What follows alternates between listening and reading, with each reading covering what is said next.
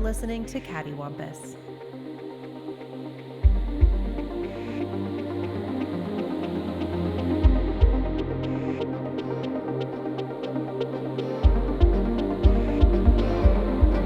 Well, we've come to it at last. The final Dragon Ball Daima recap episode. The final 5, probably, of this series. I know, Brian, you were saying that somewhere it says this is season 1, but it doesn't seem like this is going to continue, I would assume. I hope Yeah, this doesn't feel like anything other than a one-off. Brian's like, you can stop after the word anything, Steve.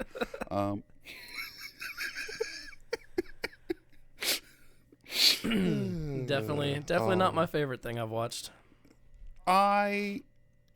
We will get into it a little bit more, but I did enjoy it. I actually had quite a bit of fun.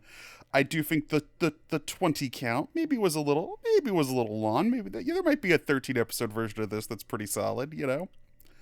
But I kind of overall enjoyed it and had fun with some of the new characters, or what I now know are to be new characters. And I think it could have been a really solid movie. I feel like that would have been too short. I don't think anything happened in this show.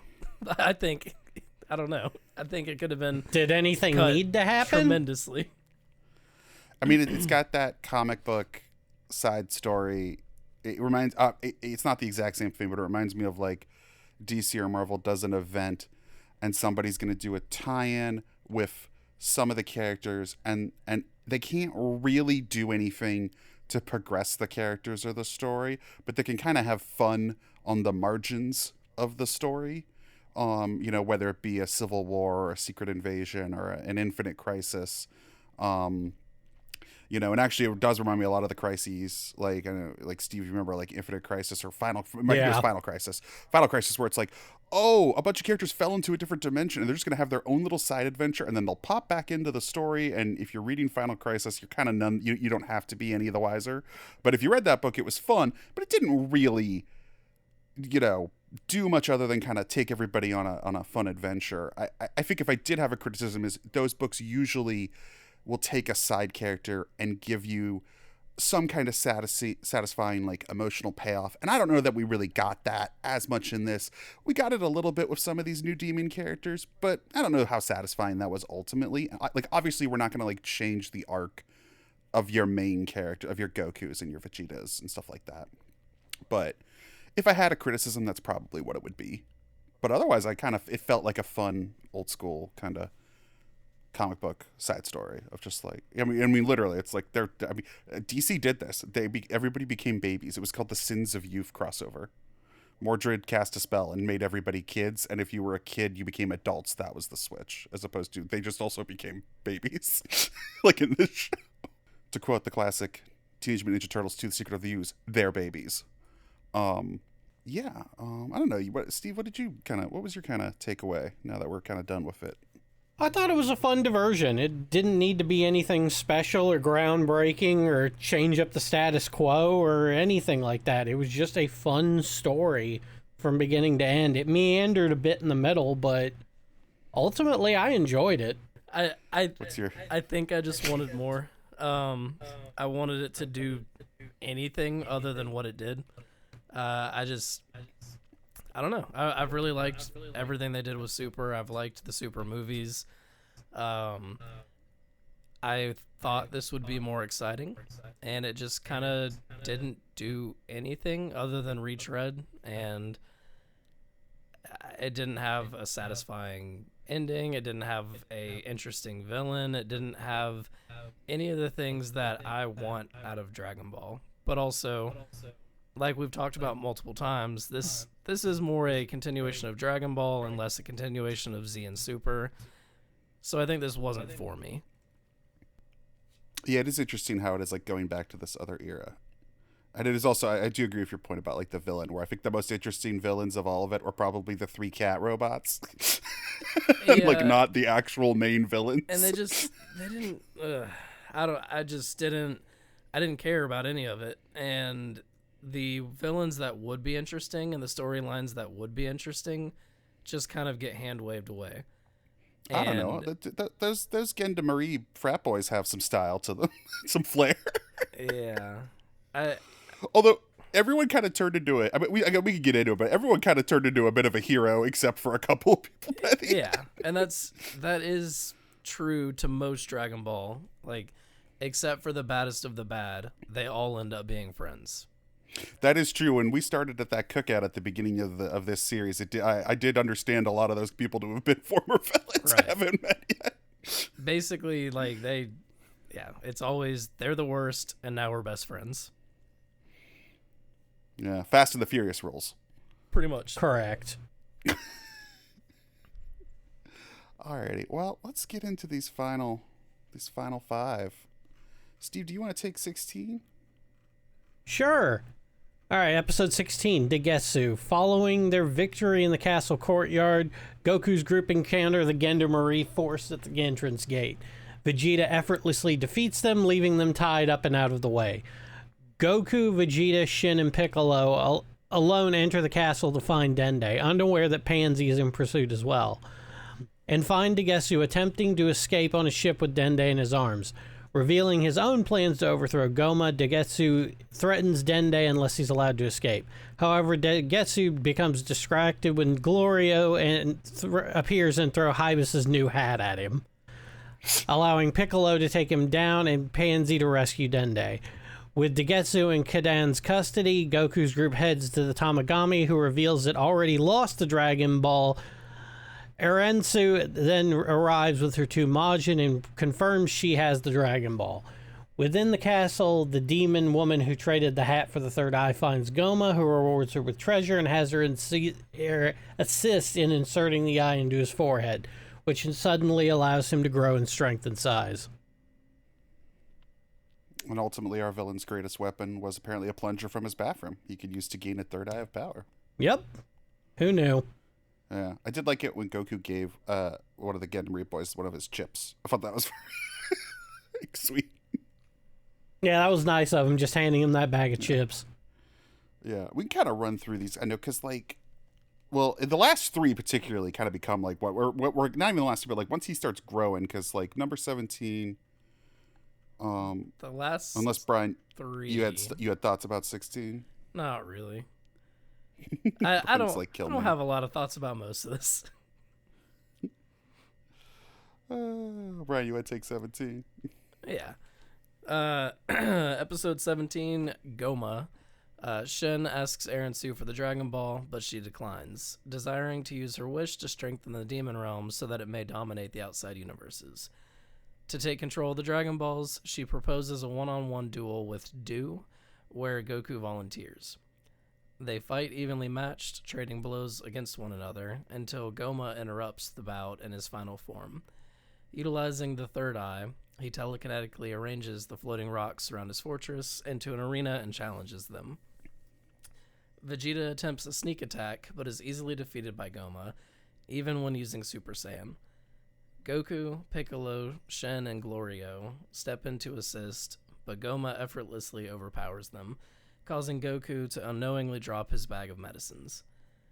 Even with Erensu offering her 2 Majins and Neva ordering the Tamagami to help, there's still no match for Goma's enhanced strength. Using his telekinesis, Goma seizes Goku and tries to finish him, but Do and the Tamagami intercept, giving Goku time to break free by using Super Saiyan 3. I like that from a couple episodes ago, where we ended one where the demon lady was like, everything's going according to plan. And I guess her plan was to steal 2 of the 3 Dragon Balls and then offer them a duel? Yeah, I don't know. That's a weird plan. It feels like not a great plan. It's one of my main issues with the whole show, is that I wish I either want her to be the main villain, or I want what's his name? Mixel Spitlick or whatever. Yeah, I don't know, whatever. I need there to be one villain and not like 3 or 4, all kind of working against each other and not accomplishing anything. It doesn't do anything for me. I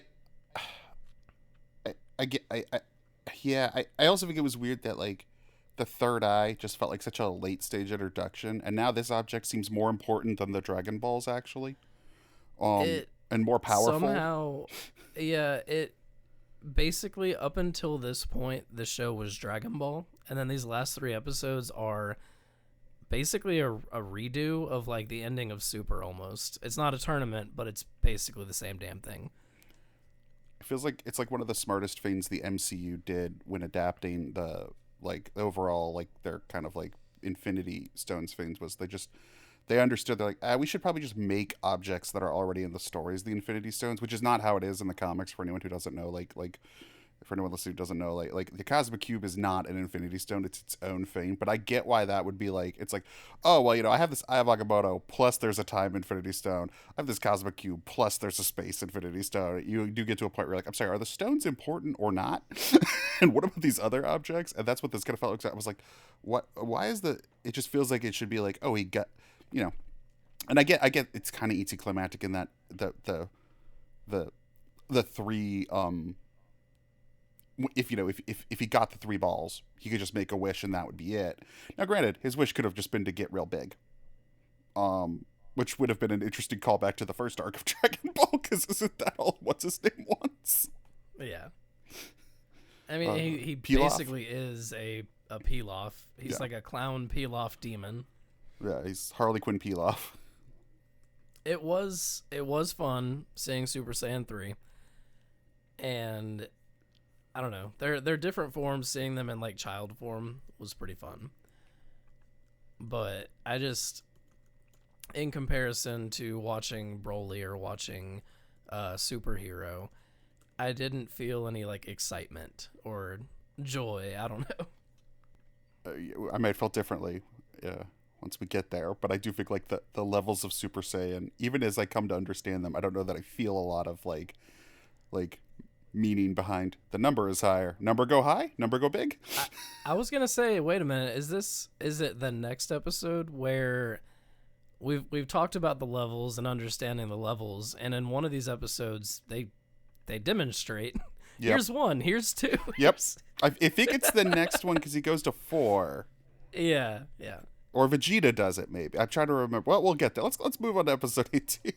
Yeah. All right, episode 18, Awakening. Goku and Goma trade blows back and forth, inspiring Do to aid the former. Ku throws Do a large chocolate cookie, increasing his power and mimicking Goku's long-haired appearance.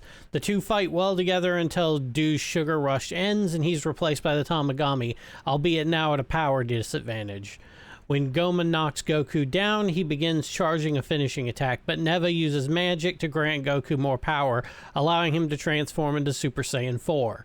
Empowered, Goku begins to outmatch Goma with the support from other fighters, launches a devastating Kamehameha. After apparently being drained, Goma returns much larger than before and uses the Third Eye's magic to trap Goku and drain him of energy. Gloria then receives a call from Aransu asking him to bring her the Dragon Balls, and he does so, and revealed to have previously learned the Namekian language, summons a red variation of the dragon Porunga. Aransu then commands Gloria to tell Porunga she wants to become the Supreme Demon King. A conflicted Gloria then asks for an unspecified wish to Porunga, which he grants. Also, so the Majin clones can go Super Saiyan? Was Majin Buu able to do this too? Not really. It was just... They just power up. Yeah. They just power up. Okay. So it just looks similar. He chose to make it look similar. Got it. And have we seen Super Saiyan 4 before in this continuity, in this reality? Not in canon. It is...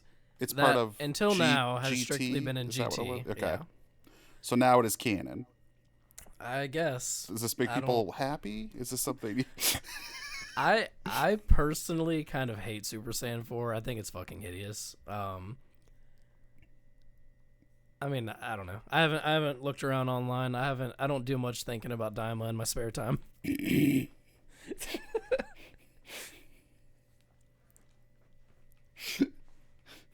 Steve, what are your thoughts on Super Saiyan 4? I mean, it's fine. It was probably the only good part about GT, because I'm on the opposite side of the fence. I think it's a cool looking form. I I feel like the other forms they introduced in Super are just fucking boring. It's just, hey, my hair's blue now. Okay, cool, I guess. My hair's silver now. Cool, I guess. My hair's darker blue now. Cool, I guess. It's interesting that the simian primate kind of aspect, this was so that's a thing that like Goku, the moon, is that something that all Saiyans like could do? Which part? Have tails or be Super Saiyan 4? Like look at the moon and turn into a big ape. Yeah, that was all. It's all Yes. Saiyans. Got it. Yeah. So it's just interesting that the Which- the 4 form gave him like hair and like way more primate like features and stuff. Now that we're like, I don't know. I don't know if we've talked about this, but like, how did that planet survive if every single person on that planet could turn into a giant ape and fuck shit up? Oh, at night? Yeah, that is a Yeah. great question. I Is don't. it look just at the moon Earth's moon? every night? I don't think. don't know. I don't think that planet had a moon. Was the thing. Yeah, I don't remember what the lore was, but was it that the planet didn't have a moon, or was what David's saying, like, was it Earth's moon? No, because they send infants to different planets in order to conquer them. So I'd have to Hold on. assume it's any moon. Planet Vegeta has 2 moons. First one turns you into ape, second one turns you right back.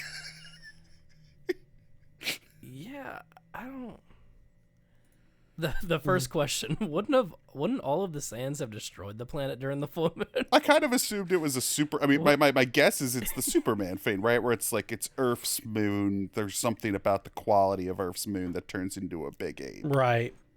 So, according to things on Dragon Ball's wiki and other things, despite the lack of self-awareness, as Saiyans mature, they are taught how to rein in their instincts and retain normal cognitive functions as great apes. Oh, and just Goku's Didn't- never learned. Yeah, didn't Vegeta great ape and control it? Yeah, he could. Okay, so then okay, so Goku never learned. So at That's- night on the Saiyan planet, everyone turns into an ape, Just- but just continues about their day. Exactly. Everyone has. That's so weird. Why is your bed so large? Oh, you'll see. For one day every month or whatever, there's a literal Planet of the Apes. Then it makes you wonder how that other society even managed to survive for as long as it did and be so advanced. Yeah, how did they overcome this? Yeah. This is Don't think about it too hard. everyone just becomes a King Khan once a month. I'm starting to think the story might not be very good. Sorry to think this was made up as they went along. Also, I liked in this episode, before we move on, that Han Glorio could always just do energy spheres and fly. And I'm like, why do you have a gun? Like, Also a valid point. if I could do that all the time, it felt very old school. You can't be Han Solo without a Han Solo blaster. But it also felt very old school pulp hero, where it's like I'm the shadow, I cloud men's minds. Also, I have 2 Berettas. Yeah. I can transform my face and turn into mist, and and if things get really hairy, though, I do have 2 Berettas I can pull out at any time. The Phantom.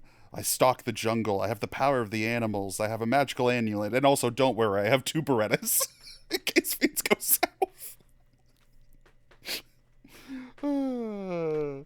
So anyway, he makes the wish to Purunga, who feels like if it's like when you ask your grandma for a Shenron toy, but they got you Purunga. They got some knockoff called Purunga. He is not as cool looking as Shenron. I mean, I kind of like his design though. I like it a lot. I just The missing Shenron.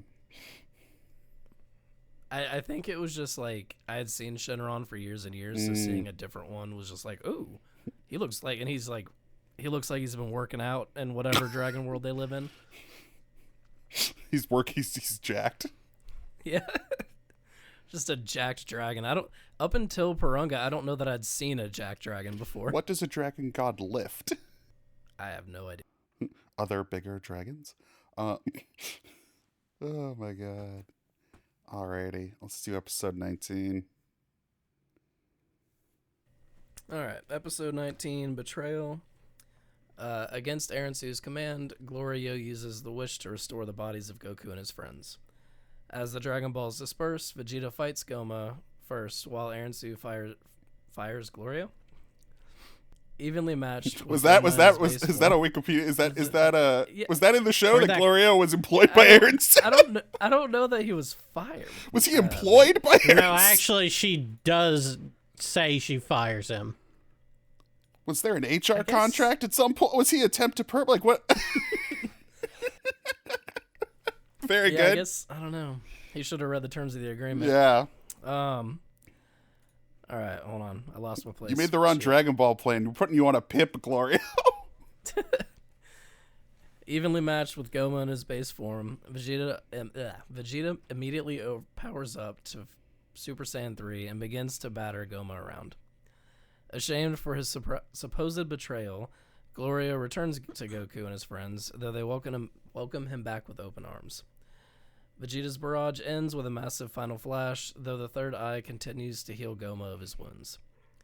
Goku, Piccolo, and even Eren Su analyze the third eye's abilities, causing the latter to send Ku to retrieve a tome of magical items.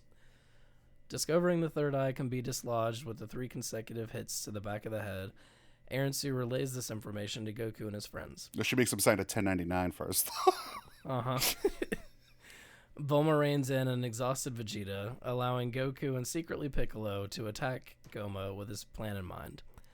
Similar to his fight with Buu, Goku showcases the Super Saiyan forms before he surprises everyone by transforming into Super Saiyan 4 again. Yeah, It does not include the bit where Bulma reins him in by saying she can't take baths with him anymore. Man, he folded so fast.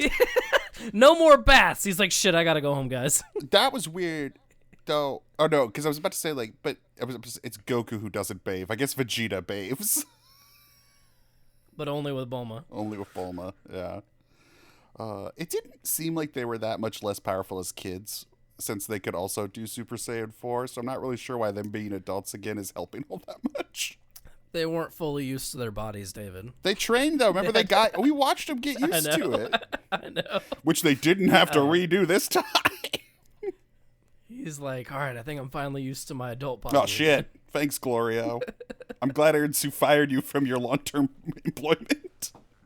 That was the Glorio thing I was really hoping would be more interesting, but it was nothing. It was just like, yeah, I was under contract, and I don't know. I don't want to do that. Yeah, the Glorio thing does feel like the dropped ball story element here, where it's like, oh, okay, I guess he isn't really gonna pan out as it seems like that he's the thing you could really put your whole emotional arc on, since we can't really progress our main cast. And it just does kind of feel like they stepped back from that. I don't know, maybe it's because they thought they could maybe do more down the road. Unclear. Also, yeah, this is the episode because I wrote the note.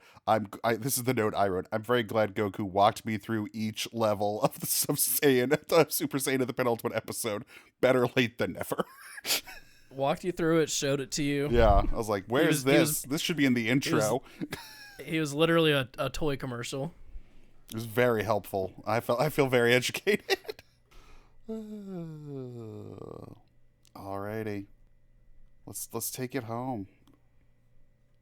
All right, final episode, Maximum. Goku and Goma trade blows as Piccolo awaits an opening. When at a stalemate, Goku charges a Kamehameha, while Goma counters with his own energy blast.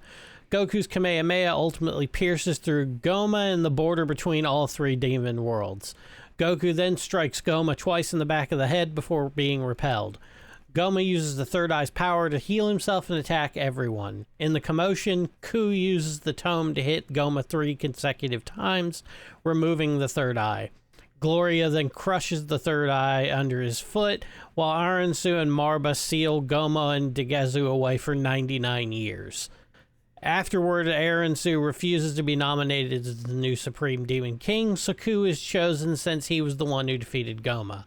He then selects Aransu as his Vice Supreme Demon King, while King Kaiden, Glorio, Neva, and others are selected as ministers. On the way home, Goku and his friends stop at the medicine shop in the third demon world. There, Bulma purchases de-aging bugs while Pansy, shockingly, finds 2 more third eyes in a jar, which the shopkeeper says are for sale. I don't love that the Majin clone saved the day and became king. That is literally par for the course for Dragon Ball. It just feels like that was not the character we were. I know. Again, like the glory of it, I'm like, this just does not feel like the character we were following. I think that character in general, like that the witch, I can't remember her name, but she created these to like be these menacing and powerful things, but really they're just like, nah, I'm just gonna chill and do my own thing. Yeah, well, And I mean, that's literally what. That's kind of what Boo technically is. Yeah, the only reason it's been so long since I've watched the Boo arc, but when he's regular Boo, he only cares because they killed the puppy, right? Yeah, basically. And then the Majin thing is someone else possessing him, correct? It's something like that. I don't really recall. Yeah, it's been a long time since I sat through that arc. I hate that arc. Yeah, and he, from what I remember, yes, he's strong, yes, he's powerful, blah, blah, blah, blah, blah. But he doesn't really give a shit. He just wants to eat chocolate and hang out. But then assassins or androids kill a puppy, and he decides to kill the world. Like you do. So I think that's just a thing for these creations. Hey, I don't have to live in the demon world. I don't believe he and his cronies are going to bring down the price of demonic eggs. I can tell you that much. But like, yeah, I think that was the thing where it did the air kind of got let out a little bit for me. Where I was like, oh, okay, well. And then our heroes just leave and go, anyway, good luck with all that. You're like, yeah, I guess. Good luck with all that. And then, you know. I just watched 20 episodes for nothing really to happen. And everything's fine. So when I first watched this, I read the reveal of the other 2 eyes as like set up for more. And then Brian, I think you texted me and said it was a joke, and I'm not really sure how I feel about it now. I was just saying like, oh, did you like the dusty jar of a promised sequel or something? Yeah, I was like, is that a joke or is that? It's more? just a joke. Okay, yeah, I was like, I'm not really sure how I'm supposed to read this as a post-credit joke or as like maybe there's more adventures in the demon world. I mean, there probably are more adventures in the demon world for no other reason than they didn't kill off the main villains. They purposely went out of their way to say they're imprisoned, which happens to a lot of characters throughout Dragon Ball's story, and they always seem to escape, so. Don't you hate it when that happens? We still have... that feels kind of par for the course for kids shows, though. It's like, oh, what did Goku do? It's like, oh, he killed them. You're like, oh, wow. Like, ooh. So during this last little watch of the 5 episodes, they also announced that the Super manga is coming back. So the adventures will continue. It starts, I think, in April, but I wouldn't be surprised if somehow some of this maybe comes back into that. But it sounds like this might be the final arc of Super, so we'll see. What when it's coming? It coming back is the last arc. I think so. Okay. It seems like the news updates they give are always just kind of, they say like 2 sentences and then the entire internet runs wild with it, so you never really know what's going to happen. Oh, like all media news. Yeah. It's even harder when it's like, you know, something they announce in Japanese and then a million other people just kind of say whatever they want. It's like, I mean, hey, that's happening in English right now. Sadie Sink's in the next Spider-Man movie, and boy, will a lot of people tell you what that means, despite the news being Sadie Sink is in the next Spider-Man movie, and that is the only piece of news. She's absolutely Jean Grey, apparently. She's Jean Grey or Mary Jane or Firestar, and any one of those means a lot of really bad or good things for both Sony and or Disney. Also, the movie was delayed, but only by 2 weeks, and you're like, what has happened? They did a chapter that came out, I think, like a month ago. Oh yeah. Oh, so like it's been published, like it's being published. Right Yeah. And then I know it took the hiatus when he passed, so I wasn't sure. I didn't realize it come back. That's cool. Yeah. So the first chapter came back. The first chapter is technically a prequel to the superhero movie, and it's just kind of is detailing characters you don't know yet, but Trunks and Goten. And why they decided to become superheroes. Basically. Trunks is somebody's kid, right? Yeah, it's Vegeta's son. Because we And saw him in the Goten movie. is- We watched that one movie, the Broly movie, and I remember. Yeah, Trunks. you met them. The two of them were trying to fuse, and they kept failing. Or wait, that was Goku and Vegeta. Oh, Yeah, Trunks I and don't think Trunks and I think they were just- Goten. in the beginning when they were sparring, there was just kids hanging out. Yep. Like, Yep. That's right.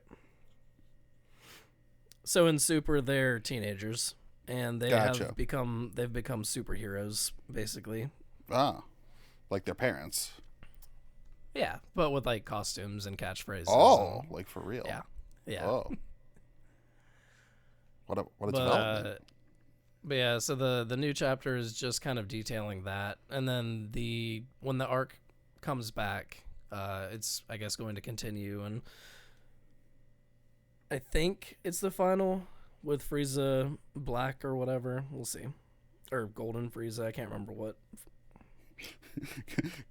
Sorry, Golden Frieza. Sorry, it is Frieza Black. Golden Frieza we've done. What? Okay, I'll bite. What's a Golden Frieza and what's a Frieza? Is Frieza Black from like their mirror universe? Is that what that was? No, that's Goku Black. But To make wait, it sorry, even more sorry, confusing. sorry. Just to clarify, Goku Black and Frieza Black are not related or from the same universe. They're not. But what? Yep. But why? but who would do Because that? Toriyama is good at a lot of things. Naming shit isn't one of them. And so, okay, so what is Golden Frieza? More powered up Frieza. Yeah, Frieza dies, he comes back, and then he powers up more, and he becomes gold. That's all there is to it. Because he's made of metal and robots are strong. Cool. Okay, well, I'm looking forward to it. I don't. We'll get See, there in like 6 years. Sometimes, Brian, you say things like that, and I'm like, but Daima's not doing it for you. I'm like, Yep. that sounds insane. But we got fuckboy demon Han Solo. Come on, we got there was good stuff. We got that episode where they were tiny, where it was where it was Honey I Shrunk the Kids, but with Goku. There were certainly things I liked. I liked the cyberpunk bar, and I liked the Honey I Shrunk the Kids. And there was, I don't know, I did like some of the action. The animation was, like we talked about, it was beautiful. So it was nice seeing that, especially, I don't know how much we've actually talked about it. The Super anime was really rushed and under budget. Or over It looked budget, I like guess. shit. It looked really bad, a lot. So it was nice to see a good-looking Dragon Ball again. Yeah, I thought it looked great. Yeah, it's hey, like it was a fun diversion. We had finished the overarching Red Ribbon Army saga, so we were in a good place. It timed out right. It was cool to cover something actually coming out. I thought that was fun. Not that like, it's not Severance in terms of like what's gonna happen. Is Goku gonna die? Is this a dream? That would have been amazing. It would have been crazy. But Steve, what are your final thoughts on this before we look to the future? By the future, I mean the past. So, like I said, I think it's a fun diversion. To me, it's no better or no worse than anything else that's preceded it where Dragon Ball is concerned. Because The log The line of sto- our podcast. right. Everything's perfectly cromulent. But no, it was fun. I enjoyed it for what it was, and what it was kind of a love letter to Dragon Ball fans as a whole. It gave you a little bit of everything from the beginning of Dragon Ball all the way out to fan service for people who love Super Saiyan 4 and GT. So I think it was a cool thing for it. I hate that it had to be Toriyama's last thing, but I also think it was if he had to go out on a note, this was a good note to go out on. It was a really strange backtread, because it almost seemed like he went out of his way in Super to say, like, fuck GT, that didn't happen. None of this is, like, none of that matters. We're gonna do our own thing. I'm even gonna take elements of it and make it like my own. Well, because So he always said that in GT, Super Saiyan 4 was one of the things he liked. He always thought the design was cool. He Yeah, always I thought don't- it was a cool looking idea. Which I honestly, I expected this series to end with Neva going, okay, and none of you will ever remember any of this happened. And then magically erasing some minds or some shit. Because the Never fact speak that of it again. yeah, exactly. Because Goku going Super Saiyan 4 is one of those things that now that it's in the canon, there's a lot of questions on why that motherfucker never uses it.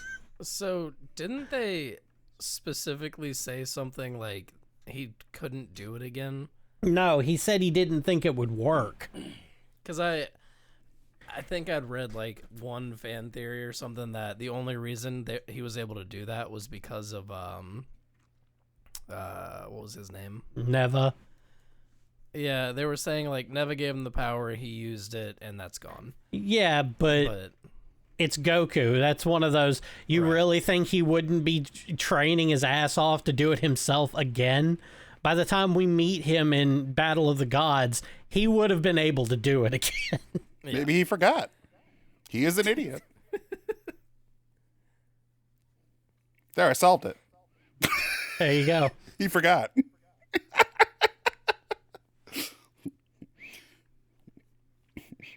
Goku, why don't you go Super Saiyan 4? Do what now? Yeah, but I think it's one of those things that You can't think about it. It's why you Yeah. watch it. It's why you should never watch things in the order they are meant to take place in. You should always watch or read things in the order they were actually released in. yeah. Yeah. Yeah, Same with, that's the same with like Metal Gear Solid. Yeah, Star Wars, what if- anything, everything. Like Yeah. you should always just go through it in the way it came out.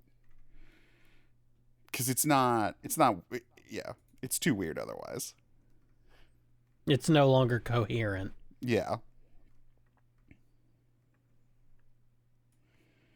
So I shouldn't watch Bates Motel before I watch Psycho. Well, Bates Motel, you'll be happy to know, covers Psycho in a weird way at the end. And by happy to know, I mean horrified. And also, you know what? If you want to watch Bates Motel, you go right ahead. I think I saw like 2 episodes whenever it was airing, and I was like, I don't think I want to watch this. I watched the first season, and then at some point during the second season, I was like, I don't have to do this. And I stopped watching. I was like, I don't have to do this. This doesn't. It was, you know, it was a weird show. It was a weird show. But I believe Rihanna ended up being Marion Crane. Random side note: were Bates Motel and Twin Peaks: The Return airing around the same time? Was there overlap? I mean, Bates Motel was on for like 5 years, so it's very possible. Let's see. So whenever they were airing, for the longest time, because I had seen neither of them, and I think hadn't Bates seen Motel Psycho. literally ended around the time The Return started. So when The Return started, I thought for some reason it was related to Bates Motel. I have no idea Okay. why. I knew nothing about Twin Peaks. I knew nothing about Bates Motel, nothing about Psycho. Interesting. And I was just like, I saw it. I was like, hey, I'm not. My friend was like, are you going to watch it? Oh my God, I'm so excited. I was like, I'm not watching that bullshit. And now I'm like, wait, I love that show. Yeah, I don't think you get the same thrill out of the 50 episodes of Bates Motel that exist. No. Yeah. I haven't thought about Bates Motel in a while. Yeah, I'm really trying to figure out where that came from. That was so out of left field. Brian's just been thinking about it since it went off the air We 7 were years talking about ago, watching 8 years watching ago. things in the order they came out, and I'm like, well, Bates Motel is technically before Psycho. Yeah, but why was Bates Motel the first thing your mind went to? Also, to be couldn't- fair, Bates Motel's it's not even accurate because it's not even a prequel. It's a remake because it's set in the present day and then it does Psycho again. I didn't know that. I thought it was actually a prequel. No, it's like set in the present day and does like its own story. Yeah, it's the worst of both worlds. No, if it were like some period show set in the 50s, that'd be something. But yeah, no, it's not. Well, don't think we should end it that way. So well, no, this actually, I is do want to not- talk about what's next, which is the return to Dragon Ball, where we re-enter at the Fortune Teller Baba saga. What do we have to look forward to with Fortune Teller Baba, Steve? Who's Fortune Teller Baba? Fortune Teller Baba is, well, anything I tell you is going to be spoilery. So. Oh no, a fortune teller of mystery. But you've got a little tournament arc to look forward to. Wouldn't be a tournament. It wouldn't be Dragon Ball without a tournament. I mean, Exactly. So we've got a little tournament arc, and then post that we've got several episodes of Goku traveling the Earth, just out on a long adventure, and then another tournament arc. wow. So this is going to be episode 69. Who is Fortune Teller Baba for episode 83? Which way to Papia Island? And then Brian will be really excited because we're only like 2 arcs away from Piccolo. So, which I believe is when this show gets into gear for you. He'll probably be happy with not this first tournament, but the next tournament after it is where the show starts feeling more like Dragon Ball Z. That would be the Tien Shin Han saga. Yep. That arc is where the combat starts getting a lot faster and the attacks start getting more fantastic. So it's not all the way there, but it's closer to being right in the middle of Dragon Ball and Dragon Ball Z. So you gotta wait 2 more tournaments, Brian. There's always a tournament or a fjord. Oh, yeah. The tournament arcs in all anime have become like just a thing I just cannot stand. It's what kind of killed my momentum in season 2 of My Hero Academia. Just living in that stadium.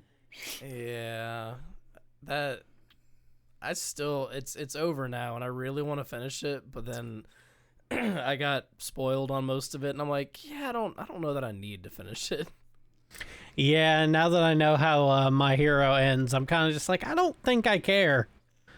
How does it end?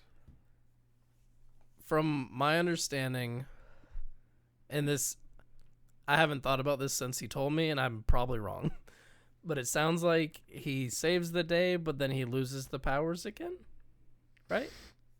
Yeah, basically he saves the world, but in the process loses his powers and becomes quirkless again. So that's why everybody on the internet took to making him a McDonald's employee at that point. And not only does he save the day and lose his powers, but the girl you spend the entire series going, he's gonna hook up with her and it's gonna be awesome. No, she hooks up with the dude that was his bully the whole fucking time. The Fire Kid? Yep. Bakugo. Didn't they become friends? Bakugan? Didn't they become friends at some point? I mean, I guess they're friends. become I frenemies. guess. Yeah. And I know a handful of people die, and I think 2 of the people I really like die, and I'm like, I don't want to see that. Does that fire hose guy die? Fire remember hose who- guy. A Backdraft, I believe is his name. I'm looking him up right now. Look at this guy. I'll put him in the chat. Look at this. Look at this chum.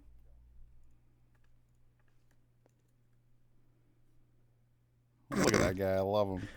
Look at those hands. I know, right? How are you born like this? How do you live? I don't yeah. know. That's why I remember seeing him. He's like in the background of episode like 1, and I'm like, I have all my questions are about this guy. Do him and Best Genist hang out? Which one's Best Genius? At least Best Genus has hands. Who's least Best Genius? No. Just I think he's just called Best Genist. It's Best Genus. His Yeah. powers involve denim. Best It's Genius. fucking He's weird. like, Oh he's my like, god. I don't think I got to this guy. When did he first appear? Is he post season 2? Because I may not have I gotten to believe him. so. He's a master of fibers, and he chose jeans. Yeah, that's quite the look. Man, maybe I should pick back up on this shit. Ooh. It sucks because like I really I really struggle watching anime now. For whatever reason, I just cannot seem to get into series, so I prefer movies. But My Hero Academia really did it for me until about where you said. I made it a little further, and then I just could not care less about it. It's all right. I'm caught up to like season 5, season 6. How many seasons were there? I think so. I'm not sure off the top of my head. Basically, I'm caught up to the point. I think I'm on. Okay, yeah, I think I was in like 5 or 6 is where I fell off, because I fell off for no other reason other than I just didn't bother keeping up. And then I heard the ending. I was just like, okay, cool. I don't need to see any more of this. I want to see how it plays out, I think. Because like him losing the powers and becoming quirkless is kind of fine. The whole reason it worked is because him getting the powers made him like be able to do the things he already wanted to do, and it just made it interesting, I guess.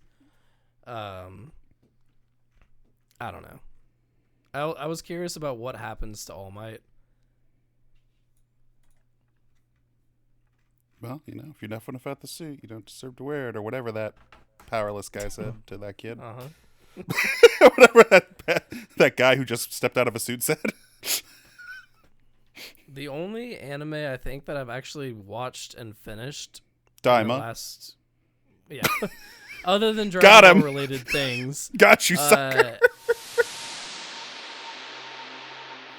You've been listening to Cattywampus. You can follow us on Instagram at CattyWampusPod. Email us at cattywampuspodcast@gmail.com. Music by Tilly.